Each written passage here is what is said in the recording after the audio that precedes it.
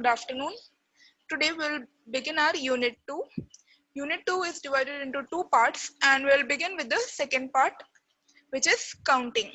So counting is basically, in counting we'll be studying the counting principles, pigeonhole principle, permutation and combination. Now what do you mean by counting? Or it is also known by the term combinatorics or enumeration. So combinatorics is basically the study of arrangement of objects,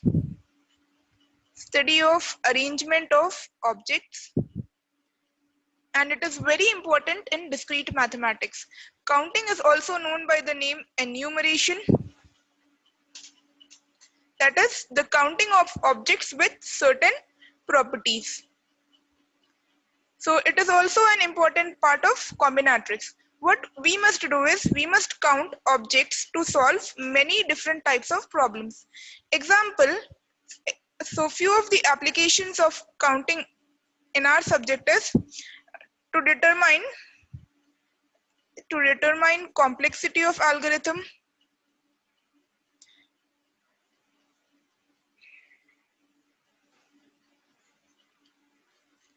and it is also used to determine whether there are enough telephone numbers or IP addresses to meet the demand.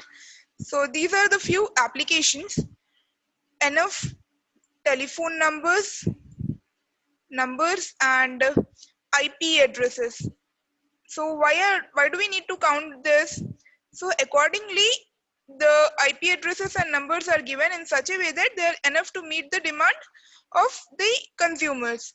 Apart from that, recently counting has played an important role in mathematical biology, sequencing of DNA, and also we use these techniques extensively while solving problems of probability, which we will study in Unit 3.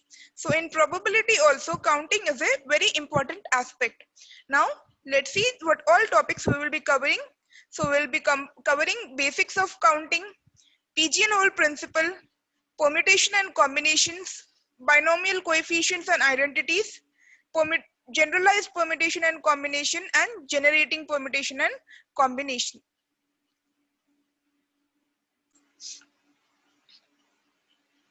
So let's begin with the first topic, which is the basics of counting.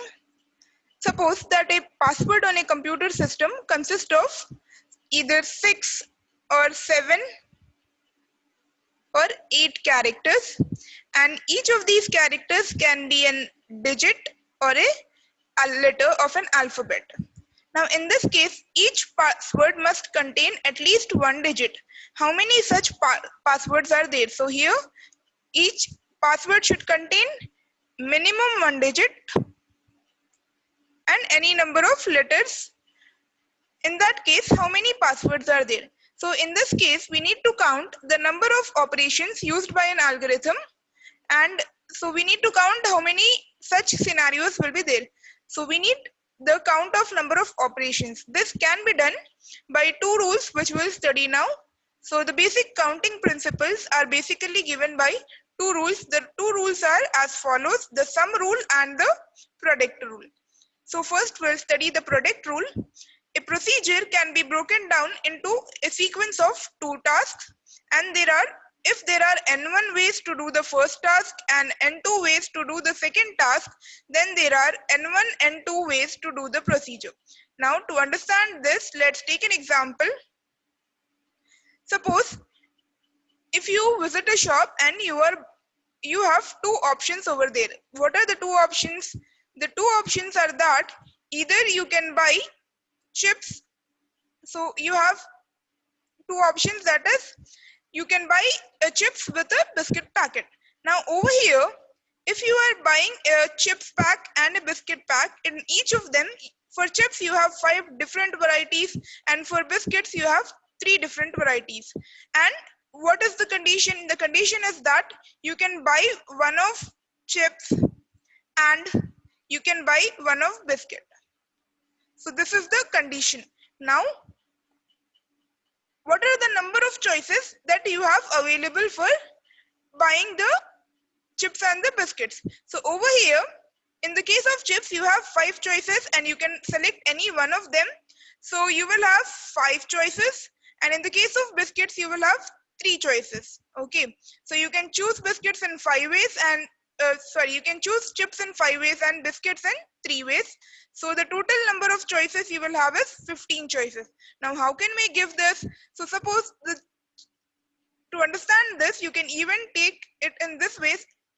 Suppose you have the 5 different varieties as C1, C2, C3, C4 and C5,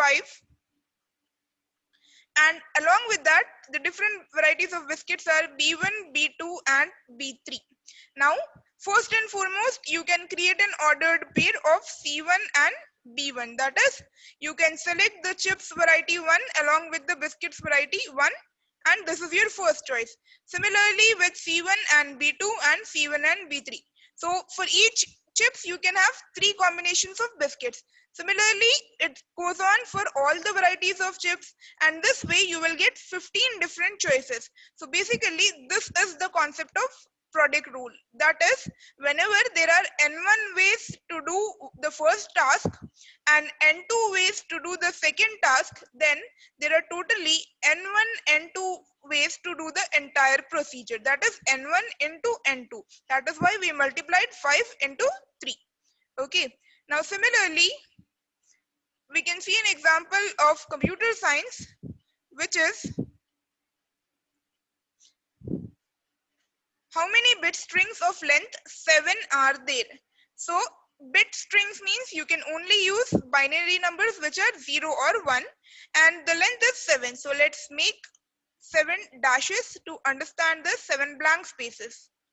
Okay, so we have 7 blank spaces. Each of them can be filled in 2 ways. So for the first blank, you can fill it either with 0 or with 1. Similarly, for the second blank, again, either with 0 or 1. So for every blank, you have 2 choices.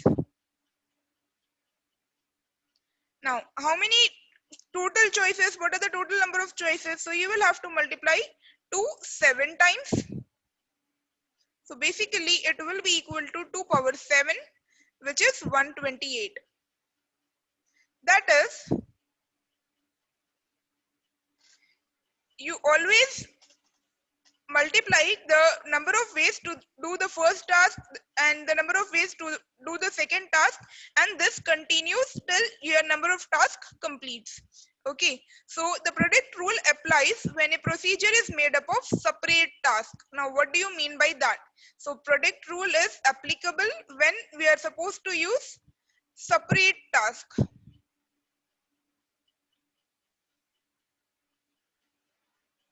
Okay, so this is one task where we are choosing either 0 or 1. Then we complete this task and then we move on to this task, and this continues. So basically, whenever we have such separate tasks, we are supposed to apply the product rule. The next, let's see the answer. Since each of the 7 bits are separate tasks and we have to fill them with either a 0 or a 1, the answer is 2 power 7, 128. But while you are writing in the examination, it is better to write by showing the 7 blanks so that it is easier for you to solve the problem. Next, how many different license plates can be made if each plate contains a sequence of 3 uppercase English letters followed by 3 digits? So in this case, we are saying that we are supposed to create license plates. A license plate is created with 6 spaces where the first 3 are the uppercase letter or the capital letters. So I'm just mentioning letters, and the next 3 are the numbers or digits. And how many letters do we have in English language? We have 26 letters. So each blank can be filled in 26 ways. And how many numbers or digits we have? We have 0 to 9, which will be 10 totally. So for the digits, we can fill each one of the spaces in 10 ways. So this can be written as 26 into 26 into 26 into 10 cube. So this is the solution if you are supposed to create different license plates where the number of choices for each alphabet will be 26, while for each number will be 10. Now, what if in the same problem I am saying that the alphabets should not be repeated? Alphabets should not be repeated. Now, in this case, you can do it in this way, is that if you are taking for the first one, for the first alphabet, you will have 26 choices. But if the alphabet should not be repeated, for the next scenario, you will have 25. And for the next blank, you will have 24 choices. So for this solution, and for the digits, it is again 10 cube, 10 into 10 into 10. So over here, the solution for this kind of problem will vary. That is, you will have 26 into 25 into 24 into 10 cube base. This is in the case when you have this conditions, alphabets should not be repeated. Now, let's see our solution for our problem.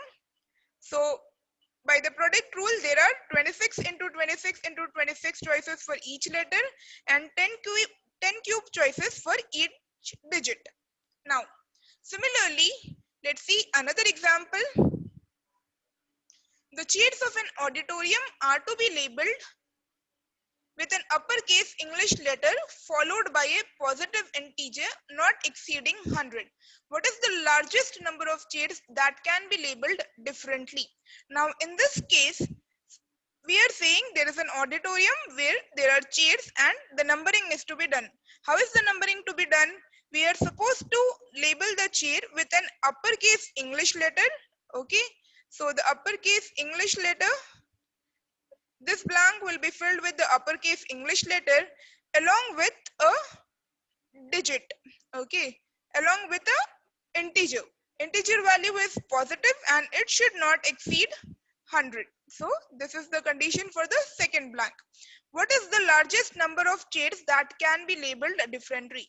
So the question is, how many chairs can you label with this type of labeling? So if you are supposed to label with an uppercase English letter, you can use 26 different ways. Okay, and if you are using positive integer not exceeding 100, then you have 100 different ways. So this is by the product rule, 26 into 100, which is equivalent to 2600. Okay, now apart from this, we also have the application of product rule in functions. Let's see that. So in functions, how many functions are there from a set with m elements to a set with n elements? So in this case, if you have a function and the domain has m elements and the range has n elements, then how many such functions can be created? So in this case, since a function represents a choice of one of the n elements of the codomain, for each of the m elements in the domain, the product rule we have is, suppose the first element, it will have n choices. Okay, and for the second element also we will have n choices, and this continues for all the m elements. So we are writing n choices for m elements, that is our n is being repeated m times. So this will be equivalent to n power m. That is, whenever we are creating a function from a set with m elements to a set with n elements, it gives us the different kind of choices we can make is n power m. Let's see the solution for the same. Since a function represents a choice of one of the n elements of the codomain, for each of the m elements in the domain, the product rule, it tells us that there are n power m such functions. Now the next is counting one-to-one functions. How many one-to-one functions are there from a set with m elements to a set with n elements? Now in this case, instead of seeing with m and n, we will first see it with values. So suppose if you have the counting of one-to-one functions suppose there are, if a one-to-one function in this way, if there are 3 elements in the set and we are supposed to map it to a set with 5 elements, so this is your domain and this is the codomain, and we are supposed to find the number of one-to-one functions. Okay, so over here, for the first element, how many choices will you have for mapping? For the first element, we will have 5 choices.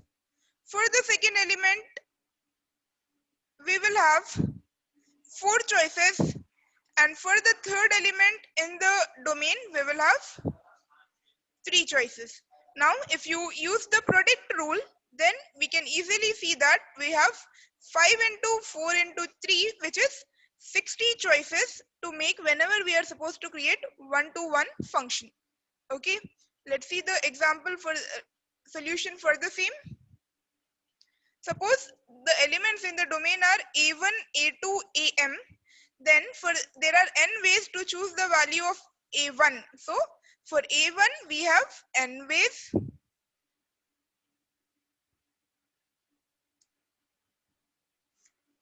And for a2,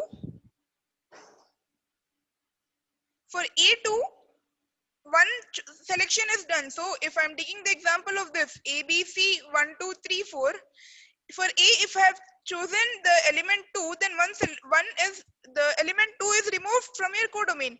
So for a2 you will have only 3 choices, so that means n minus 1 choices.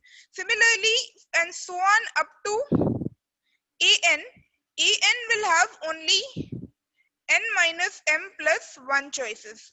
Okay, that is, whenever you are talking about one-to-one functions, each time the choice will be decreased. In the case of simply function, the number of elements will be the same. That is, we can map one element of the domain to the same element which has already been mapped. But over here, in the case of one-to-one, that cannot be done. So in this case, the number of functions from a set with m elements to a set with n elements is basically n into n minus 1 into n minus 2 and so on up to n minus m plus 1. Basically, we remove all the elements for which we have selected in the domain, the codomain. We remove all those elements and that will be the remaining number of options. Okay, now the next topic is the sum rule. So we have seen the product rule and a few examples for the same.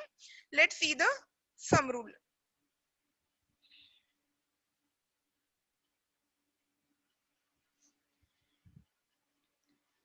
If a task can be done either in one of n1 ways or in one of n2 ways, to do the second task where none of the set of n1 ways is the same as any of the n2 ways, then there are n plus n2 ways to do the task.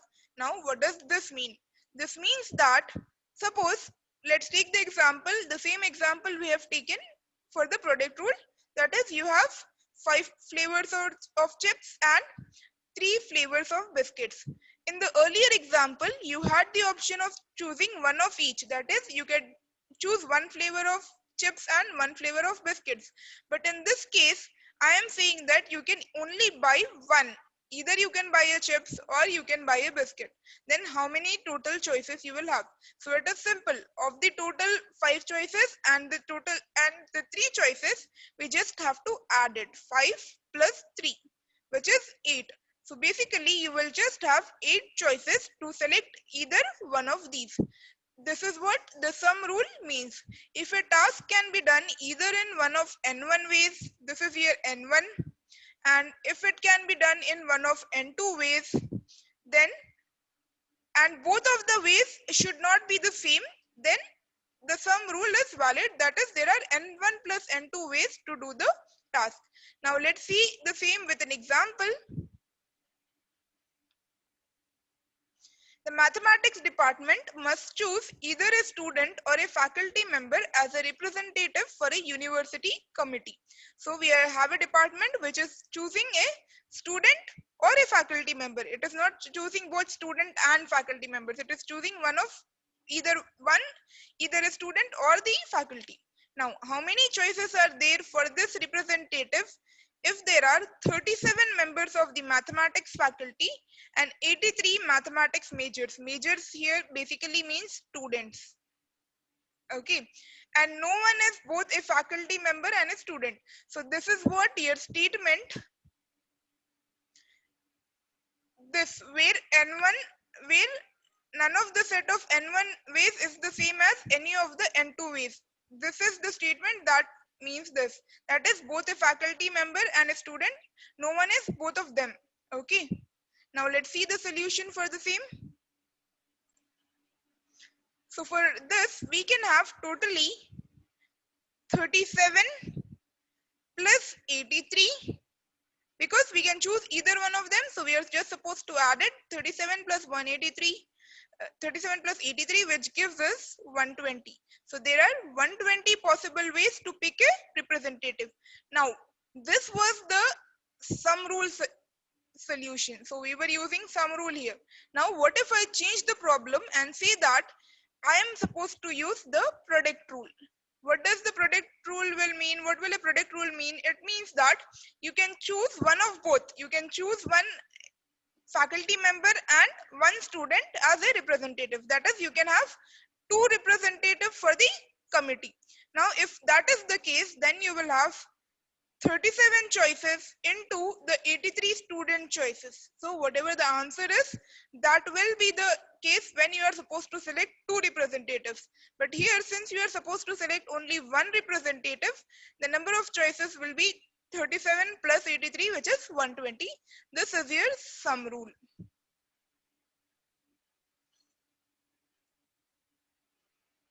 So let's see the solution. By the sum rule, it follows that there are 37 plus 83, 120 possible ways to pick a representative. The next example, how many ways can we get a sum of 8 when two indistinguishable dice are rolled? So first we have to understand what this term means, indistinguishable. Indistinguishable is basically same dice, which we cannot differentiate between. So same dice are rolled. Normally, when we are speaking about dice, it has 6 sides, so we will get the numbers from 1 to 6 whenever you roll a die. So in this case, we need the sum 8 and we are rolling the two dice together. So over here, when will we get the sum 8? When we get 2 in one of the die and 6 in the other, and then 3 in one, 5 in the other, 4 in both of them, 6 in one, 2 in the, so this is your die 1 is getting 2, die 2 is getting 6. But here it is the opposite case, that is we are getting 6 in the first die and 2 in the second die, and similarly we are getting 5, 3. But these two cases are not being applied, that is we don't apply these two scenarios. Why? Because our dice are the same, they are exactly similar. So in this case, whenever you want to get the sum of 8, how many ways are there to do it? There are only 3 ways. If in the case the question was distinguishable, we didn't have in, so distinguishable means different, in that case the solution would have been 5. But since we have in over here, that is the solution will be 3. Now let's see the solution for the same. So we get basically 3 different ways when the dice are indistinguishable. Now we will study the sum rule in terms of sets.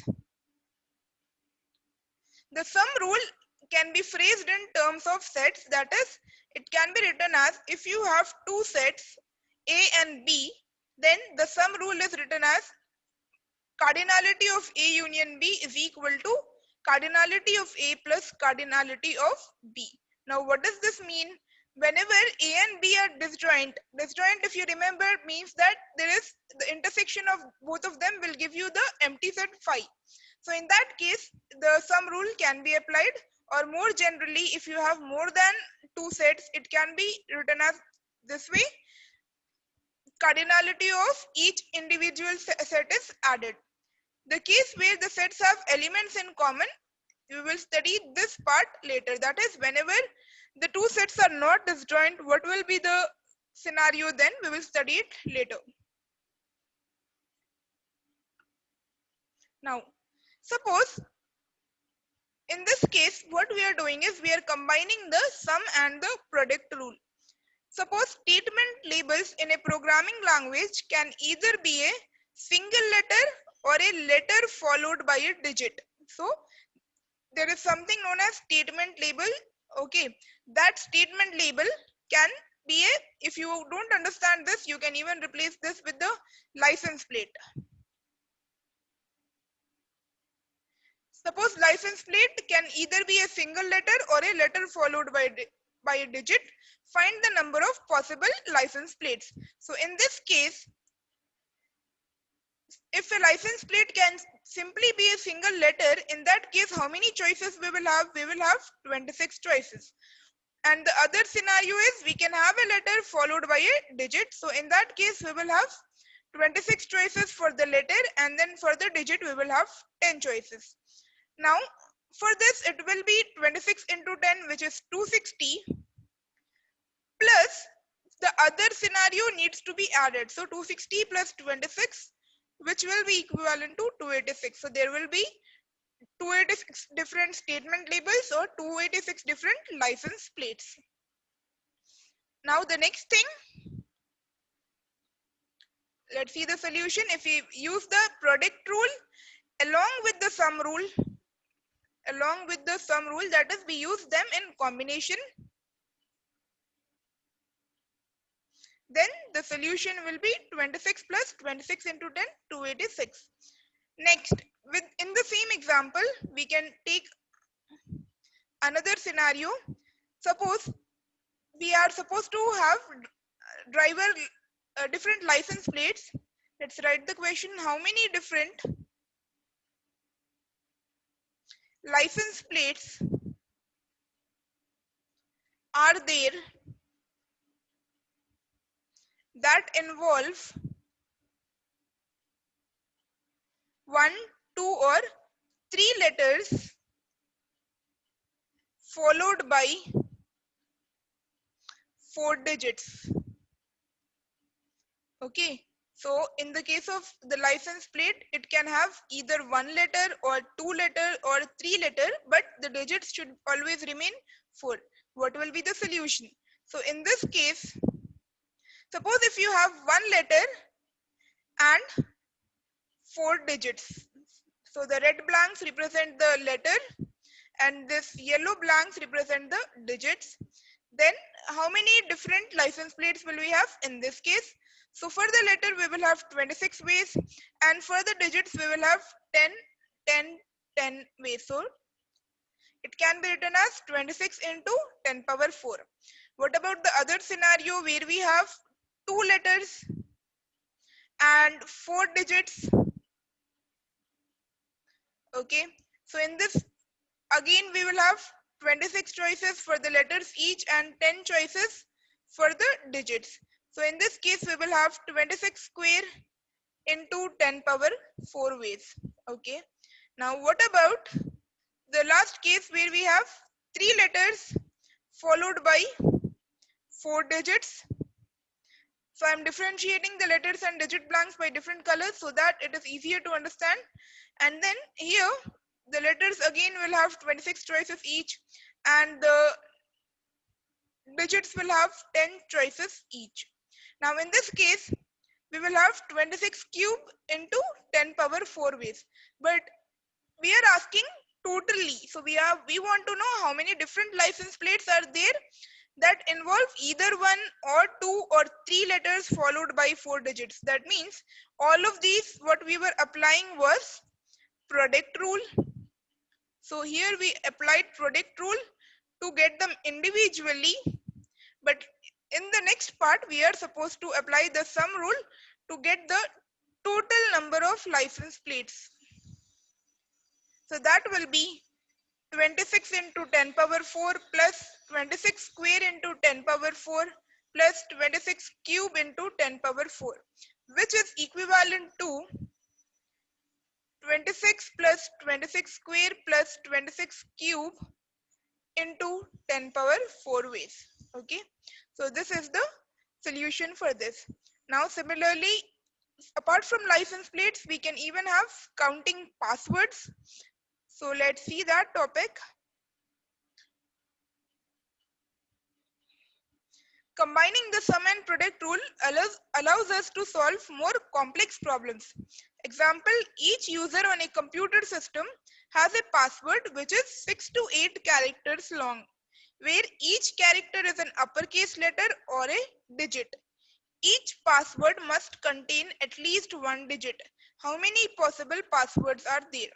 Okay, so for this we have to simplify the problem a bit and write it clearly. So let P be the number of the total number of passwords, and P6, P7 and P8 be the passwords of length 6, 7 and 8. So by the sum rule, we have to find the total number of passwords. So it will be P6 plus P7 plus P8. Now to find each of P6, P7 and P8, we have to take each scenario. Now in this case, what is the condition? Let's see our condition. The condition was that the passwords can be of the length 6, 7 or 8, but in each case, so over here, by the sum rule, what we do is the condition was each password must contain at least one digit. So in this case for P6, let's see it. You have 6 blanks to be filled and each of them must contain a alphabet or a digit, but at least one digit should be there. First and foremost, we will consider the scenario where all of them can be either a alphabet or a digit. So there are 36 ways to fill this blank and 36.